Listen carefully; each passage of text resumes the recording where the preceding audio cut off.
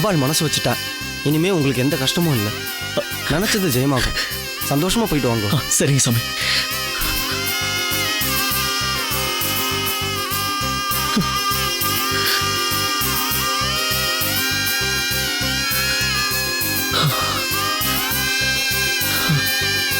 கடவுளே, அம்மா,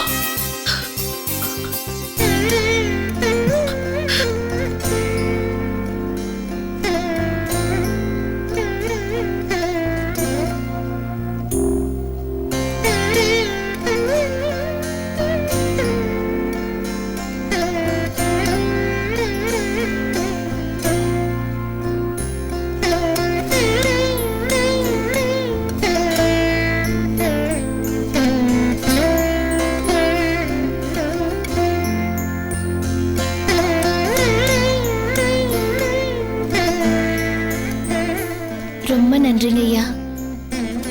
2 பொட்டலத்திலையும் குங்குமத்தை மடிச்சு வச்சது தப்பு தான். ஆனா மனசு கலங்கி நிக்கிற ஒருத்தருக்கு நம்பிக்கை கொடுக்கறதுக்காக இந்த தப்பை செய்யறதுல பாவமே இல்லம்மா. அம்பாளுங்கிறவ அம்மா மாதிரி. பிள்ளைங்களோட சந்தோஷம் தான் அவளுக்கு பெருசு. கவலைப்படாம போயிட்டு வாங்கோ. நல்லதே நடக்கும்மா.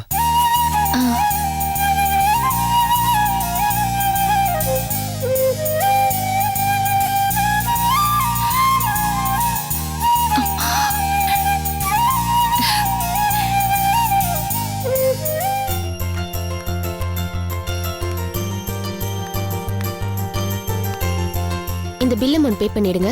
சரிம்மா, கட்டிடுறேன். டாக்டரை பார்க்கணும். நீங்க கொஞ்சம் வெயிட் பண்ணுங்க சார். சரி.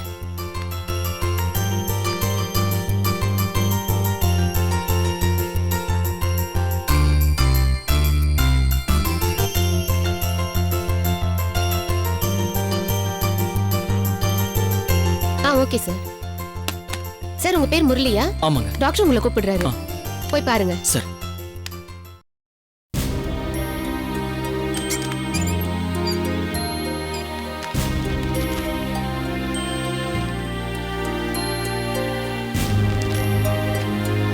டாக்டர் வாங்க மிஸ்டர் முரளி, உட்காருங்க.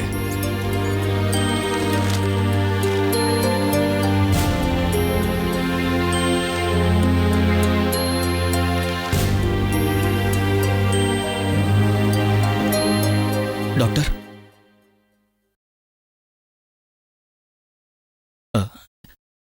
டாக்டர், என்னோட டெஸ்ட் ரிசல்ட்.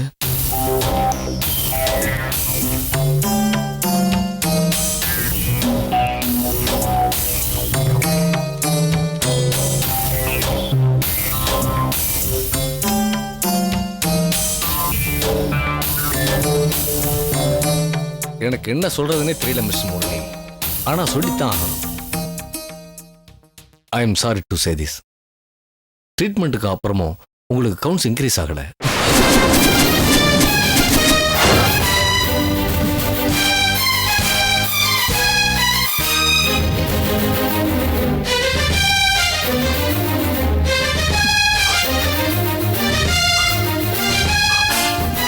ஜீரோ கவுன்சில் தான் இருக்கு.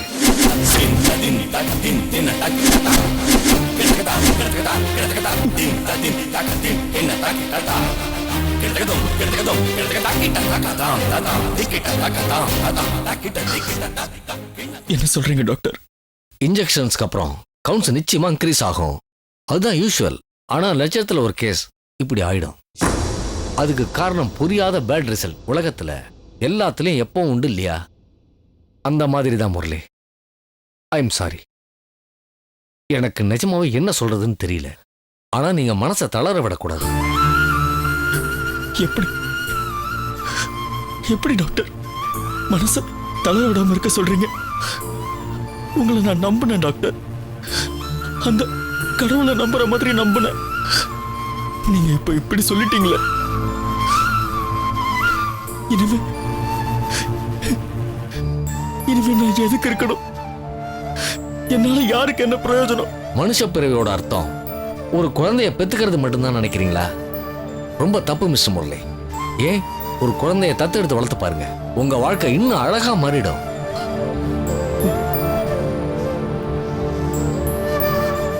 உங்க வருத்தம் புரியுது முரளி. ஆனா வாழ்க்கையில இந்த மாதிரி சிக்கல்கள்ல நம்ம மனசு தளர்ந்துடாம இருக்கிறது தான் நம்ம சார்ந்து இருக்கிறவங்களுக்கு நல்லது. இந்த மாதிரி கேஸ் ரொம்ப ரேர் தான்.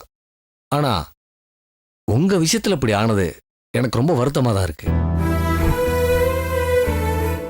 நான் திரும்பவும் சொல்றேன், மனசை தளர விடாதீங்க. மருத்துவத்துல தீர்வு இல்லைன்னு ஒண்ணுமே இல்லை. ஆனா தீர்வு கண்டுபிடிக்காத விஷயம் நிறைய இருக்கு. நான் சில எக்ஸ்பர்ட்ஸுக்கு உங்க டெஸ்ட் ரிசல்ட் அனுப்பி ஒப்பீனியன் கேட்கலான்னு இருக்கேன். கொஞ்சம் டைம் கொடுங்க. அது வரைக்கும் நீங்க நம்பிக்கை இழக்காம இருக்கணும். அதுதான் முக்கியம். உங்க ஒய்ஃபு கிட்ட அன்னைக்கு பேசுனதுல அவங்க ரொம்ப போல்டான லேடின்னு தெரிஞ்சுது. வருத்தம் இல்லாம இருக்காது, ஆனா அவங்களால இதை புரிஞ்சுக்க முடியும்னு நினைக்கிறேன்.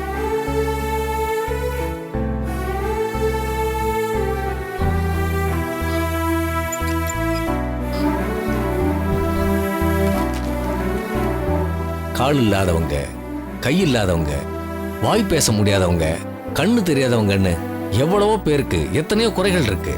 நாம டெய்லி அவங்கள ரோட்ல பாக்குறோம். அவங்கள பல பேர் நம்மளால செய்ய முடியாத அளவுக்கு பெரிய பெரிய சாதனைகள் செய்யறாங்க. அந்த மாதிரி தான் நீங்க செய்ய வேண்டியதும் அதுதான்.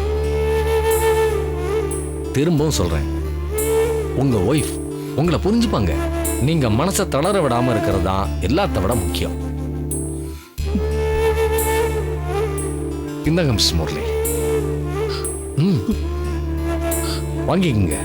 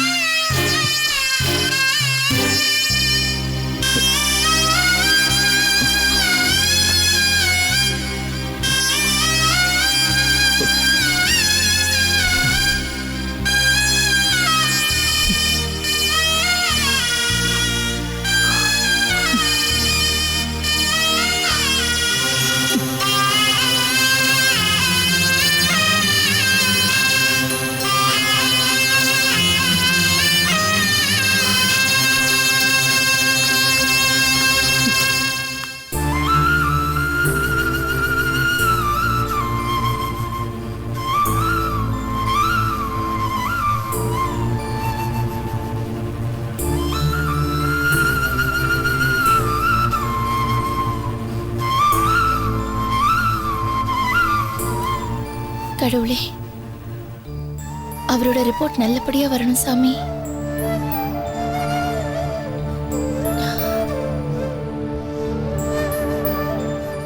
Madam, good morning madam. Good morning. அடுத்து 8th ஏக்கு போய் அட்டென்ட் பண்ண சொன்னாங்க மேடம். சரி, வரேன் மேடம்.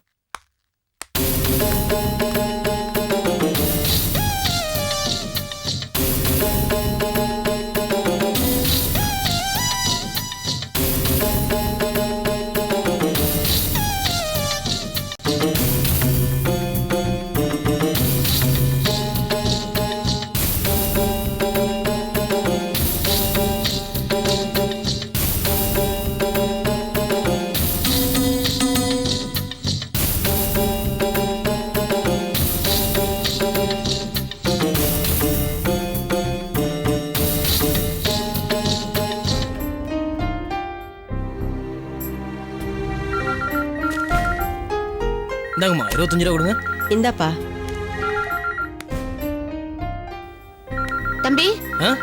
இங்க வாப்பா, துணி சோப் கொடு.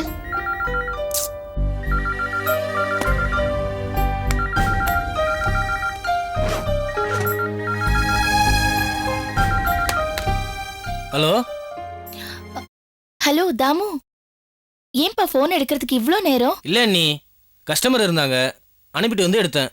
ஓ சரி, அண்ணன் இருக்காரா? கொஞ்சம் ஃபோனை கொடு. அண்ணன் இன்னும் வரலையா அண்ணி? வரலையா? ஆமா அண்ணி, அண்ணன் வந்ததுக்கு அப்புறம் தான் நான் சரக்கு எடுக்கவே போகணும். சரி, அண்ணன் வந்ததும் எனக்கு உடனே பேச சொல்லு. சரிங்க அண்ணி.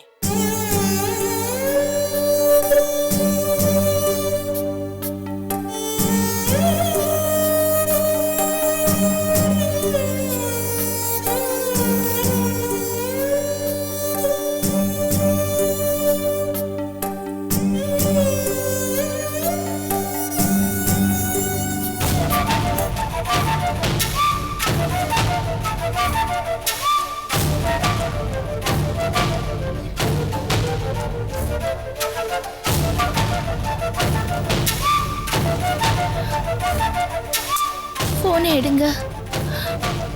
போனை ஏன் எடுக்க மாட்டேங்கிறாரு? கட் ஆயிடுச்சு.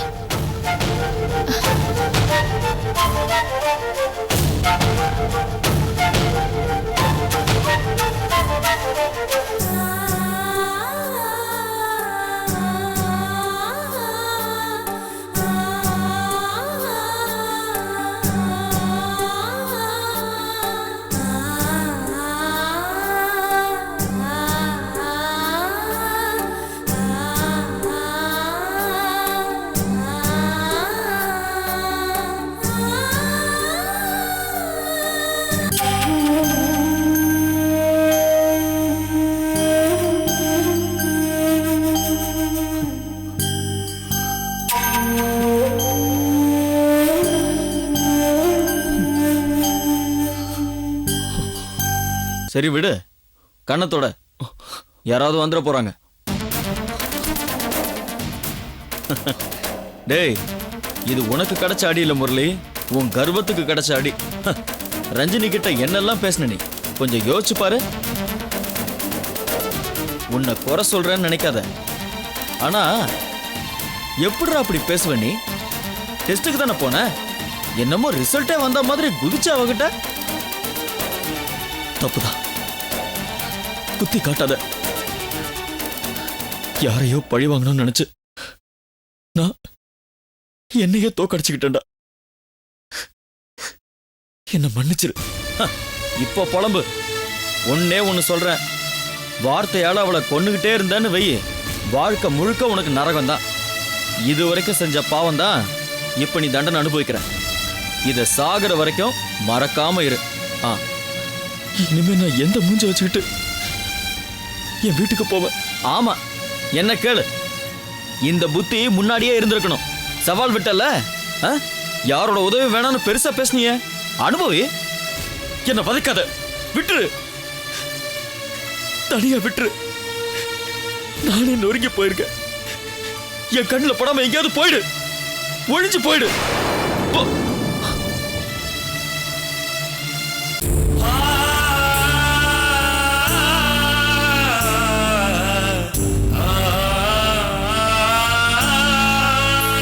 ஆண்டவன் ஏன் பக்கம் இருக்கு?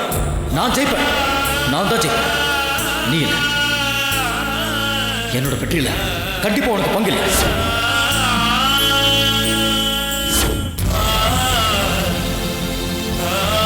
அம்பாள் மனசு வச்சுட்டா இனிமே உங்களுக்கு எந்த கஷ்டமும் இல்லை. நினச்சது ஜெயமாகும். சந்தோஷமா போயிட்டு வாங்க.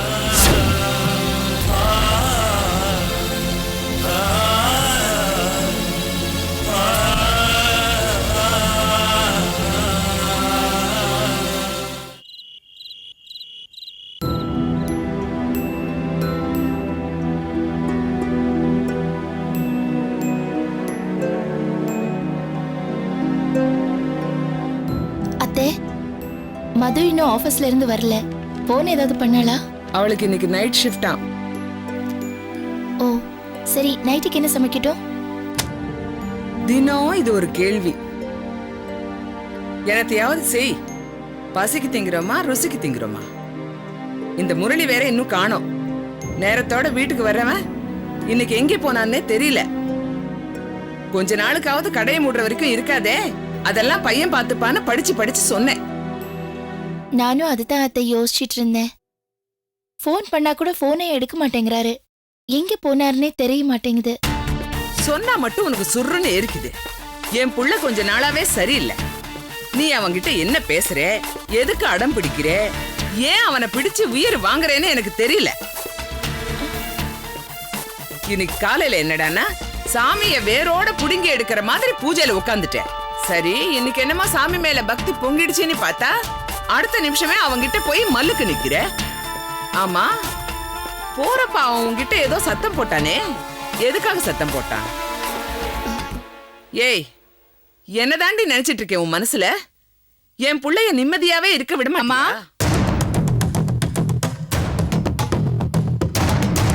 அம்மா, பாடி வா உட்காரு. என்ன பசிக்குதா? ஏதாவது சாப்பிடுறியா? அதெல்லாம் ஒண்ணும் வேண்டாம்மா. எதுக்கு தேவையில்லாம அண்ணியை திட்டிட்டு இருக்க? இது பாருடி, எதுக்காக அண்ணிய கரைச்சி கொட்டுறே அது இதுன்னு அதுங்க மாதிரி நீயும் பேச ஆரம்பிச்சிட்டேன்னு வச்சுக்க, அப்படியே ஓடி போயிடு. சிரிப்பா இருக்காடி உனக்கு? எனக்கு வயிறு எரியுது. எப்படி இருந்த புள்ள அவன்? வீட்டுக்கே விளக்காட்டம், எப்பவுமே சிரிச்சுக்கிட்டு சந்தோஷமா வேலைகளை எல்லாம் இழுத்து போட்டுக்கிட்டு எப்பவுமே அம்மா அம்மான்னு என்ன சுத்தி சுத்தி வருவான். எல்லாம் போச்சு. இவ என்னத்த வென வச்சாலோ, என்ன சொல்லி அவன் உயிரை வாங்குறாளோ தெரியல. நின்னு பேச கூட மாட்டேங்கிறான். ஐயோ, நான் எதுவுமே சொல்றது இல்ல. ஆமா, நீ எதுவுமே சொல்லாமதான் காலையில அவன் அப்படி கடுப்படிச்சிட்டு போயிருக்கான். இன்னைக்கு மட்டும் இல்லடி புஷ்பா, கொஞ்ச நாளா இப்படிதான் நடக்குது. ரூமுக்குள்ள கதவு சாத்திக்கிட்டு இவ போனாலே அவன் கத்த ஆரம்பிச்சிடுறான். நானும் புருஷன் பொண்டாட்டி விவகாரம் இதுல எல்லாம் தலையிட வேண்டாம்னு பொறுமையா போயிட்டு இருக்கேன். இத பாருடி, என்ன சும்மா வெறுப்பேத்தி கத்த வச்சிடாத. அண்ணி, கடைக்கு வேணா ஒரு ஃபோன் பண்ணி பாருங்களேன். எங்க போயிருப்பாரு அண்ணன்? யாராவது வந்திருப்பாங்க, இல்ல சரக்கு எதுவும் எடுக்க போயிருப்பாரு. நான் ஃபோன் பண்ணி பார்த்தேன் புஷ்பா, எடுக்க மாட்டேங்கிறாரு. அவர் செல்லுக்கு ஃபோன் பண்ணா நாட் ரீச்சபிள்னு வருது. எனக்கு என்ன பண்றதுனே ஒன்னும் புரியல. ஆமா, உனக்கு ஒன்னும் புரியாது. ஏம்மா நிக்கிற? இப்படி உக்காந்து நல்லா புலம்பு. எல்லாம் என் தலை இழுத்து.